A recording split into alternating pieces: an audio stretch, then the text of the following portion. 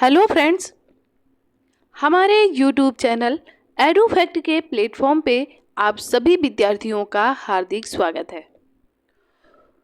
दोस्तों, हम उत्तर प्रदेश से संबंधित ऐतिहासिक महत्व के विषय में अध्ययन कर रहे थे। उसी परिप्रेक्ष्य में ये हमारी तीसरी क्लास है। इसके पहले की क्लास में हमने प्राचीन भारत से संबंधित क्या कुछ उत्तर प्रदेश से संबंधित है उसके विषय में अध्ययन किया था। दूसरी क्लास में हमने मध्यकालीन इतिहास से संबंधित अध्ययन उत्तर प्रदेश के परिप्रेक्ष्य में किया था। ये हमारी इसी से संबंधित तीसरी क्लास है, जिसमें हम मॉडर्न भारत या ये कहा जाए कि स्वतंत्रता से संबंधित उत्तर प्रदेश के परिप्रेक्ष्य में क्या कुछ हमारा टॉपिक बन सकता है, उससे संबंधित क्या क्वेश्चन बन सकते हैं, उससे संबंधित अध्ययन करेंगे। अगर आपने वो पीछे के वीडियो नहीं देखे हैं तो आप प्लेलिस्ट में जाके वो देख सकते हैं। चलिए आज की क्लास को शुरू करते हैं। तो हमारा आज का टॉपिक रहेगा भारतीय राष्ट्रीय कांग्रेस, और कांग्रेस के बाद की जो आंदोलन हुए हैं उनके विषय में भी हम अध्ययन करेंगे, जैसे कि खिलाफत आंदोलन है और इनकी संस्थाएं हैं। ये सभी इनके विषय में आज हम अध्ययन करते हैं। तो चलिए भारतीय राष्ट्रीय कांग्रेस के विषय में जानते हैं, जो कि उत्तर प्रदेश से संबंधित होगा। तो सबसे पहले ये जानते हैं कि भारतीय राष्ट्रीय कांग्रेस की स्थापना कब हुई। तो स्थापना हुई थी 1885 में। एक अंग्रेज थे सिविल सर्वेंट ओ ह्यूम के प्रयासों से हुई थी। इसके विषय में काफ़ी कुछ मत हैं जो कि हमें नहीं लगता है कि यहाँ पे उन्हें पढ़ने की ज़रूरत है, उसे आप हिस्ट्री में अध्ययन करेंगे। दूसरा है कि इसका प्रथम अधिवेशन कब हुआ। तो 28 दिसंबर 1885 को गोकुलदास तेजपाल संस्कृत विश्वविद्यालय था, यहाँ पे विश्वविद्यालय मुंबई में हुआ था। ये अधिवेशन होना तो पुणे में था, लेकिन वहाँ प्लेग फैल जाने के कारण इसको मुंबई शिफ्ट कर दिया गया था। अब हम उन अधिवेशनों के बारे में बात करेंगे जो कि उत्तर प्रदेश में हुए थे। तो पहला अधिवेशन, पहला नहीं था असल में ये, लेकिन उत्तर प्रदेश के परिप्रेक्ष्य में ये पहला अधिवेशन था 1888 में। 1885 में भारतीय राष्ट्रीय कांग्रेस की स्थापना हुई थी। उसके बाद हर वर्ष ये अधिवेशन होता था। जगह जगह वहाँ लोगों को कांग्रेस की क्या नीतियाँ होती हैं और उन नीतियों में वो स्वतंत्रता के लिए क्या प्रयास करेंगे, क्या उनकी नीतियाँ आगे की रहेंगी, इनके विषय में मिलकर सभी चर्चा करते थे और उसे अधिनियमित करते थे। तो 85, 86, 87 तीन को छोड़कर 88 में पहला अधिवेशन उत्तर प्रदेश में हुआ कहाँ? इलाहाबाद में। इसकी अध्यक्षता जो किया था वो जॉर्ज यूले ने किया था, जो प्रथम यूरोपीय अध्यक्ष थे। अब इसमें क्या विशेष हुआ? पहला तो उत्तर प्रदेश से संबंधित यही एक विशेषता है इसकी कि इसका ये इलाहाबाद में पहला सेशन हुआ। इसके जो अध्यक्ष थे वो जॉर्ज यूले थे, जो कि प्रथम यूरोपीय अध्यक्ष थे। ये क्वेश्चन भी आपके पेपर में बन सकता है कि पहला अधिवेशन कहाँ हुआ था जिसमें किसी यूरोपीय ने अध्यक्षता की थी। इसमें क्या हुआ था कि प्रथम बार लाला लाजपत राय ने अधिवेशन में शामिल हुए थे और हिंदी में भाषण दिया था। जो गरम दल और नरम दल, जिनके विषय में हमने हिस्ट्री में पढ़ा होगा, आप लोगों ने भी पढ़ा होगा। अगर नहीं पढ़ा है तो अभी आगे की क्लासें आपकी हिस्ट्री की चलेंगी, आप उसमें विस्तृत अध्ययन कर सकते हैं। तो अभी हम सिर्फ इतना समझेंगे कि जब कांग्रेस की जब स्थापना हुई थी तो उसमें दो दल थे, जो नरम दल थे और गरम दल थे। तो गरम दल में जो लाल बाल पाल थे वो इसके विरोध में थे। वो कहते थे कि साल भर में एक बार टर्राने से हमें आज़ादी नहीं मिल जाएगी, इसके लिए हमें अधिवेशन करने की ज़रूरत नहीं है। वो क्रांति के पक्ष में थे। और जो नरम दल वाले थे वो उनका मानना था कि हम अधिवेशन करते हम नम्रतापूर्वक आज़ादी ले सकते हैं, और जो गरम दल वाले थे उनका कहना था कि हम क्रांति करके आज़ादी ले सकते थे। तो दोनों के मतों में भिन्नता थी और दोनों अपने अपने तरीके से आज़ादी की पहल कर रहे थे। तो लेकिन लाला लाजपत राय, जो कि इन अधिवेशनों के खिलाफ रहते थे। उनका कहना था कि वर्ष में एक बार टर्राने से कुछ होगा नहीं मेंढकों की तरह, हमें इसके लिए कोई क्रांति करनी चाहिए। लेकिन उन्होंने इसी अधिवेशन में प्रथम बार लाला लाजपत राय ने इस अधिवेशन में भाग लिया था और हिंदी में भाषण दिया था। और क्या हुआ था, तो गवर्नर कॉल्विन ने, ये पॉइंट जो हम बोलते हैं वो आप नोट करते जाएं तो ज़्यादा सही रहेगा। फिर क्या, गवर्नर कॉल्विन ने इस अधिवेशन का विरोध किया और अधिवेशन हेतु स्थल उपलब्ध नहीं, उन्होंने इस अधिवेशन के लिए स्थान नहीं दिया। तो फिर जब उन्होंने स्थान नहीं दिया तो दरभंगा, जो इलाहाबाद में ही है, जो दरभंगा के राजा थे, उन्होंने क्या किया कि इलाहाबाद में काउंसिल खरीद कर कांग्रेस को दे दिया कि आप अपना अधिवेशन यहाँ पर कर सकते हैं। इलाहाबाद को वर्तमान में प्रयागराज कहते हैं। सैयद अहमद खां और बनारस के राजा सितारे हिंद ने भी इस चीज़ का विरोध किया था। सर सैयद अहमद खां ने कभी भी कांग्रेस पार्टी का समर्थन नहीं किया था। वो स्वतंत्रता में उन्होंने अपना बहुत बड़ा योगदान दिया था, कई उन्होंने संस्थाएं भी खोली थी, लेकिन वो कांग्रेस के पक्ष में नहीं थे। और बनारस के राजा थे सितारे हिंद, इन्होंने इस अधिवेशन का विरोध किया था। यूनाइटेड इंडिया पेट्रियोटिक एसोसिएशन की स्थापना की थी किसने, सर सैयद अहमद खान ने, वो हम कल पढ़ भी चुके हैं। इसके बाद में उत्तर प्रदेश से संबंधित जो दूसरा अधिवेशन था वो 1892 में हुआ था, प्रयागराज में ही हुआ था और इसकी अध्यक्षता की थी व्योमेश चंद्र बनर्जी ने। ये जो अधिवेशन था ये इंग्लैंड में प्रस्तावित था, लेकिन वहाँ हो नहीं सका किसी कारणवश, तो इसे प्रयागराज में शिफ्ट कर दिया गया। और फिर इसके बाद में उत्तर प्रदेश में जो तीसरा अधिवेशन हुआ वो हुआ था 1910 में, प्रयागराज में हुआ था। इसके बाद में 1899 में लखनऊ में अधिवेशन हुआ था। 1899 में लखनऊ में अधिवेशन हुआ था और इसकी अध्यक्षता जो की थी वो रमेश चंद्र दत्त ने की थी। इसमें कुछ स्पेशल होगा तो हम आपको बताते जाएंगे, आप नोट डाउन करते जाइएगा। अभी सिर्फ इतना ही नोट करिए। इसके बाद में जो पांचवा अधिवेशन लखनऊ का था, असल में वो जो लखनऊ का उत्तर प्रदेश का पांचवा अधिवेशन था। और जो भारतीय राष्ट्रीय कांग्रेस का अधिवेशन था ये पांचवा नहीं था। ये कौन सा था, तो ये आपका था, अगर हम 18 से काउंट करेंगे तो ये 31 होगा आपका। ये 31वां अधिवेशन था। और उत्तर प्रदेश से संबंधित अगर देखेंगे तो ये दूसरा अधिवेशन था। इसकी अध्यक्षता जो की थी वो अंबिका चरण मजूमदार ने की थी। इसमें क्या था कि गरम दल और नरम दल में समझौता हुआ था। हुआ क्या था कि 1907 में सूरत में अधिवेशन हुआ था। सूरत में अधिवेशन हुआ था तो वहाँ के अधिवेशन में अध्यक्षता को लेकर कुछ विरोध हो गया था। तो जब विरोध हो गया था तो इससे नरम दल और गरम दल में आपस में मतभेद हो गया था और कांग्रेस दो भागों में बट गई थी 1907 में। फिर क्या हुआ कि 1907 से लेकर 1916 तक दोनों दल थी वो कांग्रेस ही, लेकिन वो दोनों दल अपने अलग अलग अधिवेशन करते रहे। और 1916 में क्या हुआ कि अंबिका चरण मजूमदार जी की अध्यक्षता में और बाल गंगाधर तिलक और एनी बेसेंट के इसमें बहुत भूमिका रही है, उनके सहयोग से गरम दल और नरम दल दोनों पुनः मिल गए 1916 में। और क्या हुआ, मुस्लिम लीग की एक प्रथम निर्वाचन की मांग को स्वीकार कर लिया गया। मुस्लिम लीग उस समय कांग्रेस में भाग नहीं लेती थी। उनका कहना था कि हमें पृथक निर्वाचन का अधिकार दिया जाए, जो कि 1919 में अंग्रेजों ने एक फूट डाली थी। उसके बाद में क्या हुआ कि मालवीय जी ने, यानी मदन मोहन मालवीय जी ने इस चीज़ का विरोध किया था कि मुस्लिमों को पृथक निर्वाचन का अधिकार नहीं दिया जाना चाहिए। उनका कहना था कि हम सभी एक हैं, हम सभी भारतीय हैं, इसलिए हमारा एक मतदान होना चाहिए, एक मत होना चाहिए और जो विदेशी हैं उन्हें हमें अपने देश से बाहर करना चाहिए। इस आधार से मालवीय जी ने इसका विरोध किया था। और तिलक ने कहा था, इसी में ये आपसे पूछा जाता है कि स्वराज मेरा जन्मसिद्ध अधिकार है और मैं इसे लेकर रहूँगा। ये बाल गंगाधर तिलक जी ने 1916 के लखनऊ अधिवेशन में कहा था।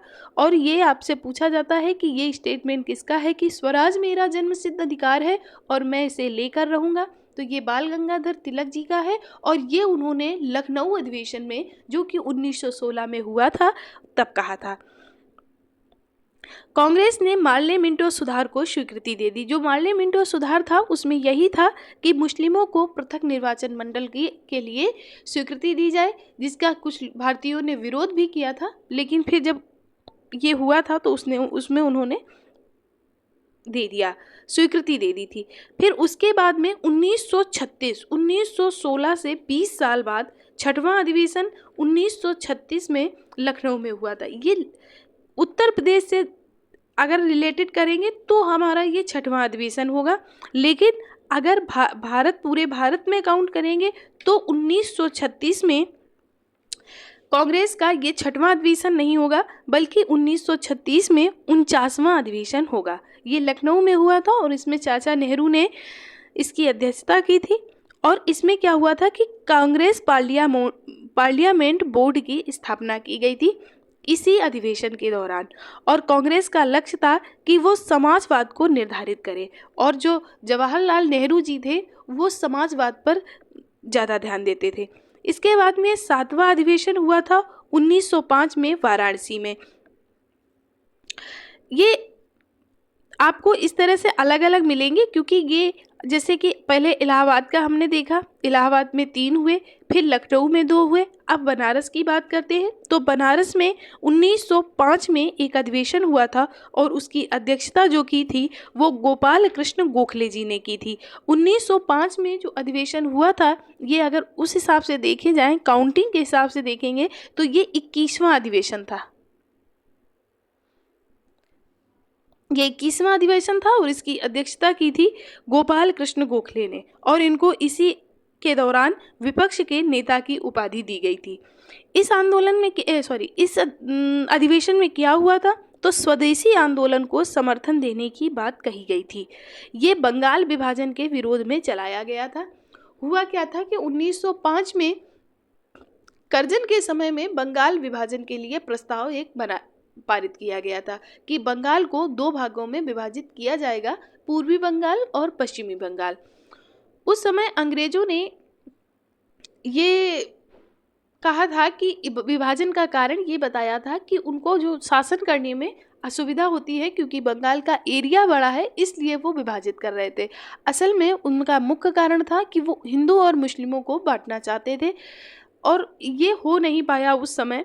1905 में विभाजन हो गया, लेकिन 1911 में पुनः बंगाल को एक कर दिया गया था।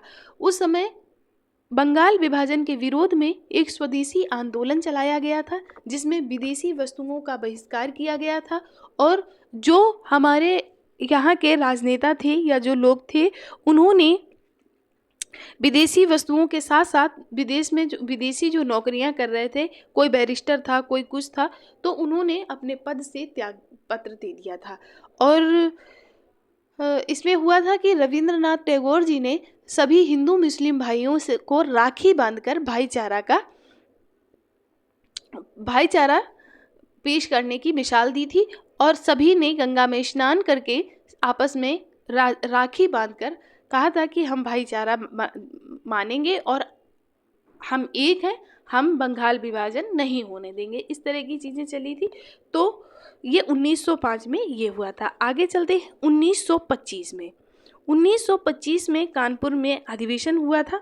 ये इसकी अध्यक्षता जो की थी वो सरोजनी नायडू जी ने की थी, और ये अगर देखा जाए तो किसी भारतीय महिला ने पहली महिला अध्यक्ष थी भारतीय। उसके पहले एनी बेसेंट जी अध्यक्षता कर चुकी थी, लेकिन अगर भारतीय महिला के हिसाब से आएगा तो सरोजनी नायडू जी पहली भारतीय महिला थी जिन्होंने 1925 में कानपुर में कांग्रेस की अध्यक्षता की थी।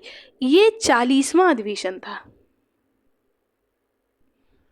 ये 40वां अधिवेशन था। ये प्रथम भारतीय महिला थी और इन्होंने प्रथम बार लखनऊ अधिवेशन में हिस्सा लिया था। इस अधिवेशन में मुख्यतः मुख्य विशेषता क्या रही, तो इसमें रहा कि हिंदी का राष्ट्रभाषा के रूप में प्रयोग किया जाएगा। ये बात इस अधिवेशन में कही गई थी। और पूर्ण स्वराज का प्रस्ताव था, लेकिन ये पारित नहीं हो सका। पहले डोमिनियन राज बनाने की मांग हो रही थी, लेकिन बाद में ये हुआ कि हमें डोमिनियन राज नहीं चाहिए, हम पूर्ण स्वराज चाहिए। ये हमारा देश है, हम इसको अपने हिसाब से चलाएंगे, इसलिए पूर्ण स्वराज की मांग उठने लगी थी। तो ये हुआ कब था? 1925 में। इसके बाद में 1946 में मेरठ में जेबी कृपलानी की अध्यक्षता में जेबी कृपलानी ने अध्यक्षता की थी और ये 54वां अधिवेशन था।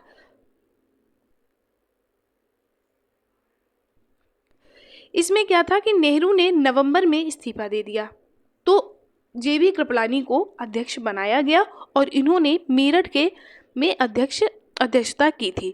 स्वतंत्रता प्राप्ति तक कृपलानी जी ही अध्यक्ष बने रहे और नवंबर 1947 में कृपलानी जी ने इस्तीफा दे दिया तो राजेंद्र प्रसाद जी अध्यक्ष बनाए गए। तो ये थे हमारे 9 अधिवेशन। टोटल कितने कांग्रेस के अधिवेशन हुए? तो कांग्रेस के टोटल 54 अधिवेशन हुए थे और उन 54 अधिवेशन में से ये 9 अधिवेशन हमारे उत्तर प्रदेश में हुए थे। एक अधिवेशन मात्र गांव में हुआ था, फूलपुर में। एक अधिवेशन फूलपुर में हुआ था। एकमात्र अधिवेशन ऐसा था जिसमें महात्मा गांधी ने हिस्सा लिया था, वो 1924 में बेलग्राम कर्नाटक में हुआ था। तो ये रही थी। और एक आप पॉइंट और नोट कर लीजिए कि अबुल कलाम आज़ाद जी सबसे लंबे समय तक अध्यक्ष रहे थे। वो 1940 से 1945 तक कांग्रेस के अध्यक्ष रहे थे, 5 साल तक। वैसे हर साल अधिवेशन होता था और हर साल अध्यक्ष बदल जाते थे। आगे चलते हैं, आगे देखते हैं। 20 जून 1920 को प्रयागराज में गांधी जी की अध्यक्षता में अब हम बात करते हैं खिलाफत आंदोलन की। खिलाफत आंदोलन में ये हुआ कि तुर्की में जो खलीफा होते थे, उन खलीफा को इसकी ऐतिहासिक पृष्ठभूमि थोड़ा देख लेते हैं ताकि हमें चीज़ें समझने में आसानी रहे। तो होता यह है कि तुर्की का जो खलीफा होता था उसे पूरे विश्व के मुसलमान अपना धार्मिक नेता मानते थे। अब ब्रिटेन ने क्या किया कि तुर्की के खलीफा से उनके अधिकारों को छीन लिया। ये बात पूरे भारत सहित अन्य देशों के मुसलमानों को पसंद नहीं आई और उन्होंने क्या किया कि उन्होंने एक आंदोलन को संगठित करना शुरू कर दिया। अब उस समय क्या हुआ कि 1919 में जो हिंदू मुस्लिम पृथक निर्वाचन की बात हुई थी, उसके लिए एक सुनहरा अवसर गांधी जी को मिला। उन्होंने सोचा कि भैया ये अच्छा समय है और हम क्या करें कि इसमें शायद हिंदू मुस्लिम की एकता को हम पुनः कर सकते हैं। तो उन्होंने क्या किया, गांधी जी ने हिंदू मुस्लिम को एक मंच पर लाने के लिए, एक मंच का तात्पर्य है कि उन्होंने हिंदू मुस्लिम में एकता बनाने के लिए इसमें सहयोग देने का निर्णय लिया। हालांकि ये बात जिन्ना को पसंद नहीं आई थी। फिर 20 जून 1920 को प्रयागराज में, अब खिलाफत आंदोलन हमारे उत्तर प्रदेश से के संबंध में क्यों महत्वपूर्ण हो जाता है, क्योंकि 20 जून 1920 को प्रयागराज में गांधी जी की अध्यक्षता में खिलाफत कमेटी की बैठक हुई थी। हुई कहाँ थी? प्रयागराज में। प्रयागराज कहाँ है? तो उत्तर प्रदेश में है। इसीलिए खिलाफत आंदोलन उत्तर प्रदेश की दृष्टि से महत्वपूर्ण हो जाता है, जिसमें खिलाफत आंदोलन के प्रस्ताव को पास किया गया था। आगे बढ़ते हैं। खिलाफत आंदोलन के बाद आता है असहयोग आंदोलन। असहयोग आंदोलन क्या हुआ कि 1921-22 में चले असहयोग आंदोलन का प्रभाव उत्तर प्रदेश के गांवों तक में था। असहयोग आंदोलन का मतलब था कि हम सहयोग नहीं करेंगे अंग्रेजों का। जैसे जो बैरिस्टर हैं वो वकालत नहीं करेंगे, जो टीचर हैं सरकारी स्कूलों में वो पढ़ाएंगे नहीं, जो वर्कर्स हैं वो काम नहीं करेंगे, हम हिंसा नहीं करेंगे लेकिन हम अंग्रेजों का सहयोग नहीं करेंगे। ये गांधी जी द्वारा प्रस्तावित आंदोलन था असहयोग, और इसका जो प्रसार हुआ था वो उत्तर प्रदेश के गांव-गांव तक फैला था। इस अवधि में उत्तर प्रदेश के अनेक विद्यालयों की स्थापना की गई। हम अंग्रेजी स्कूलों में अपने बच्चों को नहीं पढ़ाएंगे। हम तो उसके लिए उन्होंने अपने विद्यालय स्थापित किए। कई लोगों ने अपनी पढ़ाई छोड़ दी और वो असहयोग आंदोलन में कूद पड़े। कई ऐसे कवि हैं जिनको हमने हिंदी में पढ़ा है और आगे पढ़ेंगे भी, कि उन्होंने अपनी कविताएं लिखी जो असहयोग आंदोलन से संबंधित पंक्तियां उसमें मिलती हैं। 5 फरवरी 1922 को एक भयानक भीड़ ने, असहयोग आंदोलन बड़े अच्छे तरीके से चल रहा था, लेकिन हुआ क्या कि 5 फरवरी 1922 को भीड़ ने क्या किया कि चौरी चौरा, जो कि गोरखपुर में है, पुलिस स्टेशन को घेर लिया। चौरी चौरा पुलिस स्टेशन को घेर लिया और 22 जवानों को जिंदा जला दिया। और इस घटना से आहत होकर गांधी जी ने 12 फरवरी 1922 को समय से पूर्व असहयोग आंदोलन वापस लेने की घोषणा कर दी। क्योंकि गांधी जी का एक कह सकते हैं कि गांधी जी की एक कमिटमेंट थी कि भैया हिंसा नहीं होगी। लेकिन जैसे ही उन्हें पता चला कि उत्तर प्रदेश के गोरखपुर में चौरी चौरा स्टेशन पे पुलिस वालों को जिंदा जला दिया गया है, ये बात उन्हें अच्छी नहीं लगी और उन्होंने क्या किया कि इस आंदोलन को वापस ले लिया। अब जब उन्होंने ये आंदोलन वापस ले लिया तो इसके वापसी से दुखी हो गए कौन? चित्तरंजन दास जी और मोतीलाल नेहरू। असहयोग आंदोलन में असमय वापसी से दुखी होकर चित्तरंजन दास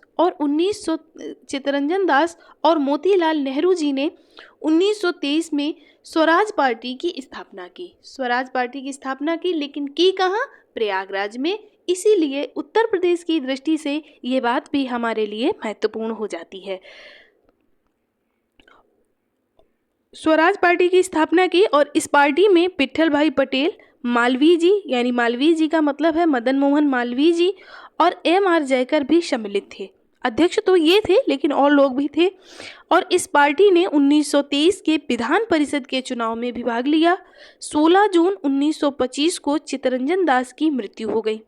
इसके बाद में मालवीय जी ने लाला लाजपत राय के साथ मिलकर स्वतंत्र कांग्रेस पार्टी नाम से एक नई पार्टी बनाई और मालवीय जी और मोतीलाल नेहरू के बीच कुछ मतभेद हो गया था। बाद में ये पार्टी कांग्रेस में ही विलय हो गई। आगे देखते हैं, क्रांतिकारी कुछ आंदोलन हुए, उनके विषय में संबंधित जो उत्तर प्रदेश से संबंधित है उसको भी देख लेते हैं कि गांधी जी द्वारा असहयोग आंदोलन को असमय वापस लिए जाने से युवाओं में असंतोष उत्पन्न हो गया।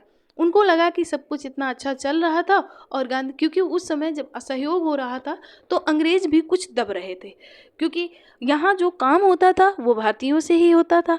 जब भारतीयों ने काम करना बंद कर दिया तो उनकी भी फैक्ट्रियों में भी दिक्कत हो गई, उनके प्रशासन में भी दिक्कत होने लगी। इससे वो भी थोड़ा सा दब रहे थे। लेकिन जैसे ही गांधी जी ने असहयोग आंदोलन वापस ले लिया तो युवाओं में भी थोड़ा असंतोष हो गया और वे क्रांतिकारी गतिविधियों के लिए प्रेरित हो गए। फिर हुआ क्या कि उत्तर प्रदेश में क्रांतिकारी राष्ट्रवादियों का प्रमुख केंद्र था, क्योंकि यहाँ के जो मुख्य नेता थे वो थे चंद्रशेखर आज़ाद जी, जो कानपुर, अब इस समय वो उन्नाव जिले के बदरका गांव के थे। 1924 में कानपुर में हिंदुस्तान रिपब्लिक एसोसिएशन की स्थापना हुई। इसमें उत्तर प्रदेश से राम प्रसाद बिस्मिल जी, चंद्रशेखर आज़ाद जी, सचिंद्र सन्याल आदि क्रांतिकारी थे। इस एसोसिएशन के सेनापति चंद्रशेखर आज़ाद थे और इसका मुख्यालय आगरा था। फिर 1928 में इस एसोसिएशन का दिल्ली के फिरोज शाह कोटला में एक सम्मेलन हुआ, जिसमें नाम बदलकर हिंदुस्तान सोशलिस्ट रिपब्लिक एसोसिएशन कर दिया गया। पहले इसका नाम क्या था, ये क्वेश्चन पूछा जाता है। पहले इसका नाम था हिंदुस्तान रिपब्लिक एसोसिएशन, फिर नाम बदल के क्या किया गया तो हिंदुस्तान सोशलिस्ट रिपब्लिक एसोसिएशन कर दिया गया। सोशलिस्ट शब्द और जोड़ दिया गया। उसके बाद में इस एसोसिएशन के कुछ सदस्यों ने 9 अगस्त 1925 को लखनऊ के निकट काकोरी में ट्रेन से सरकारी खजाने को लूट लिया। इस कांड में पंडित राम प्रसाद बिस्मिल, अशफाक उल्ला खां तथा रोशन सिंह को फांसी की सजा दे दी गई। 19 दिसंबर 1927 को राम प्रसाद को गोरखपुर में, अशफाक को फैजाबाद में व रोशन सिंह को इलाहाबाद में फांसी दी गई थी। और ये क्वेश्चन आपसे पूछा जाता है कि किस क्रांतिकारी को किस जगह फांसी दी गई थी, तो ये आप याद रखिएगा कि राम प्रसाद जी को गोरखपुर में, अशफाक उल्ला खां को फैजाबाद में और रोशन सिंह को इलाहाबाद में फांसी दी गई थी। उत्तर प्रदेश के शिव शर्मा तथा जयदेव कपूर के सहयोग से 8 अप्रैल 1929 को भगत सिंह और बटुकेश्वर दत्त ने केंद्रीय विधानमंडल में बम फेंका। यह बम सहारनपुर में बनाया गया था, इसलिए यह पॉइंट आपके लिए महत्वपूर्ण हो जाता है। 27 फरवरी 1931 को प्रयागराज के अल्फ्रेड पार्क में पुलिस से लड़ते हुए आजाद जी शहीद हो गए थे। अब बात करते हैं कुछ किसान आंदोलनों की। 1918 में गौरी शंकर मिश्र, इंदु नारायण द्विवेदी तथा मालवीय जी के प्रयासों से उत्तर प्रदेश किसान सभा का गठन किया गया। यह पॉइंट आप जरूर याद कर लीजिएगा। दिसंबर 1918 में दिल्ली में कांग्रेस अधिवेशन में बहुत बड़ी संख्या में उत्तर प्रदेश के किसानों ने भाग लिया था। बाबा रामचंद्र ने 17 अक्टूबर 1920 को प्रतापगढ़ में अवध किसान सभा का गठन किया, जिसमें गौरी शंकर मिश्र, जवाहरलाल नेहरू, माता बदल पांडे, देव नारायण पांडे और केदार पांडे की अहम भूमिका थी। इस आंदोलन का मुख्य केंद्र प्रतापगढ़ था, इसीलिए उत्तर प्रदेश के परिप्रेक्ष्य में ये पॉइंट हमारे लिए महत्वपूर्ण हो जाता है। 20 और 24 दिसंबर 1920 को अवध किसान सभा की अयोध्या में एक विशाल रैली हुई थी।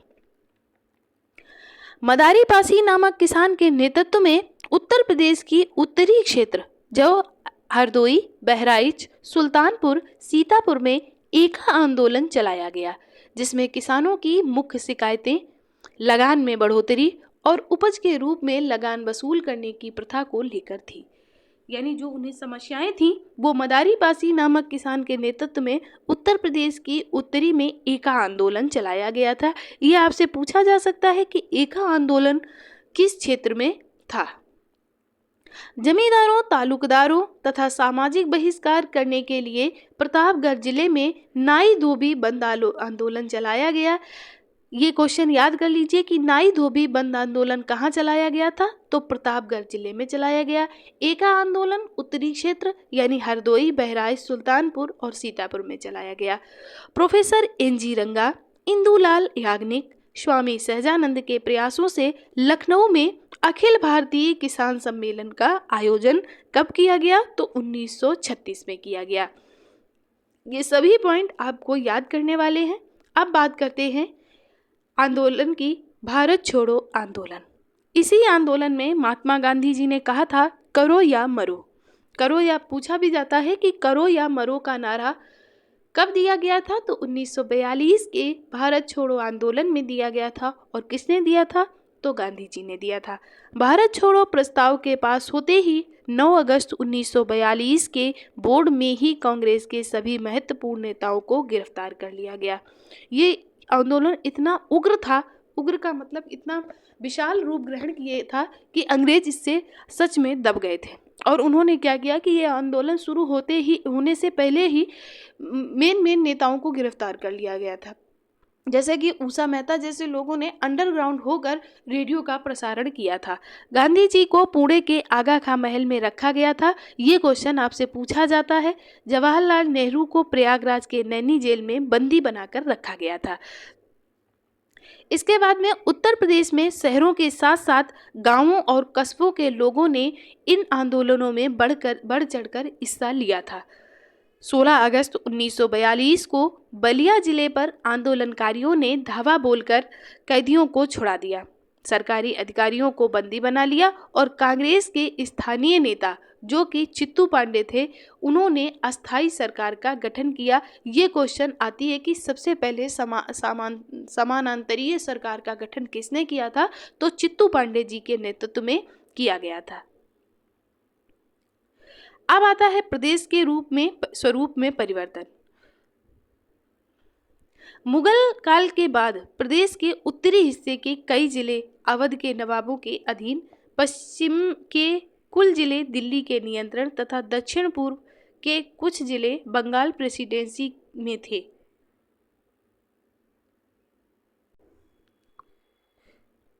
बाद में बंगाल प्रेसिडेंसी में प्रदेश के बाकी हिस्सों को अलग कर आगरा प्रेसिडेंसी बनाया गया और 1836 में इसको उत्तर प्रदेश प्रांत का नाम दिया गया और इसका मुख्यालय कहाँ बनाया गया?